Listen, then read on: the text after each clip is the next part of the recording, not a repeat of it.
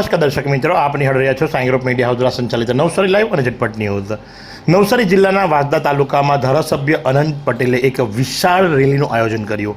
વાંસદામાં હાલ તમામ જે ગામડાઓ છે એ વાંસદા તાલુકાના તમામ ગામડાઓની અંદર મંજૂરી વગર સર્વે ચાલી રહ્યો છે। પ્રાઇવેટ એજન્સીઓ દ્વારા વિવિધ પ્રકારના સર્વે કરવામાં આવી રહ્યા છે। ગ્રામસભાની મંજૂરી લેવામાં આવી નથી અને માટે જ કરી અકળાયેલા ધારાસભ્ય અનંત પટેલ મેદાને ઉતર્યા, સાથે અસંખ્ય સમર્થકો પણ ઉતર્યા। વાંચતા ગાજતા એટલે કે જેને કહી શકાય કે ભાઈ જે વાંસદાનું લોકવાદ્ય છે એ લોકવાદ્યના સાથે એક રેલીનું આયોજન કરવામાં આવ્યું અને મામલતદારને અપાયું આવેદનપત્ર।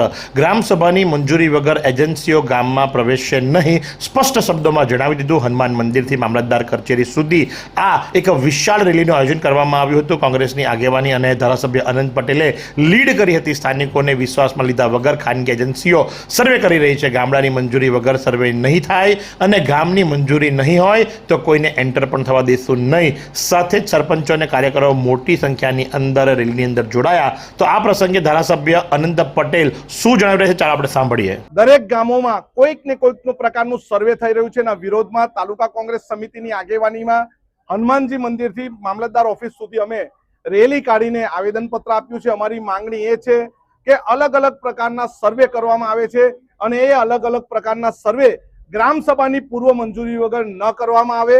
જો ગ્રામસભાની પૂર્વ મંજૂરી ન લેવામાં આવે તો અમે ગામમાં કોઈ પણ સર્વે એજન્સીને ઘૂસવા દેવાના નથી।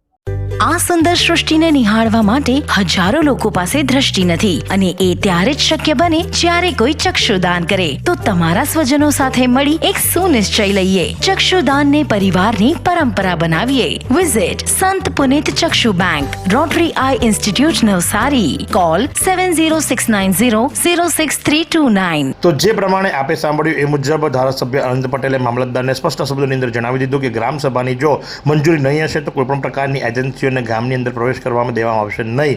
અને સાથે જ તમામ એમના નારાઓ લડેંગે જીતેંગે, ફિર સે લડેંગે, ફિર સે જીતેંગે, ઓર લડેંગે ઓર જીતેંગે વગેરે વગેરેની સાથે એમણે એક ભવ્ય રેલીનું આયોજન કર્યું હતું। જેમ જેમ સ્થાનિક ઇલેક્શનો નજીક આવી રહ્યા છે તેમ તેમ તમામ રાજકીય પાર્ટીઓ જે ખરી એ પોતાનું જનમેદનીની સાથે શક્તિ પ્રદર્શન કરી રહી હોય એવું સ્પષ્ટપણે લાગી રહ્યું છે। તો આ જ પ્રમાણે આવા અવનવા સમાચારો માટે આપ નિહાળતા રહો નવસારી લાઈવ અને ઝટપટ ન્યૂઝ।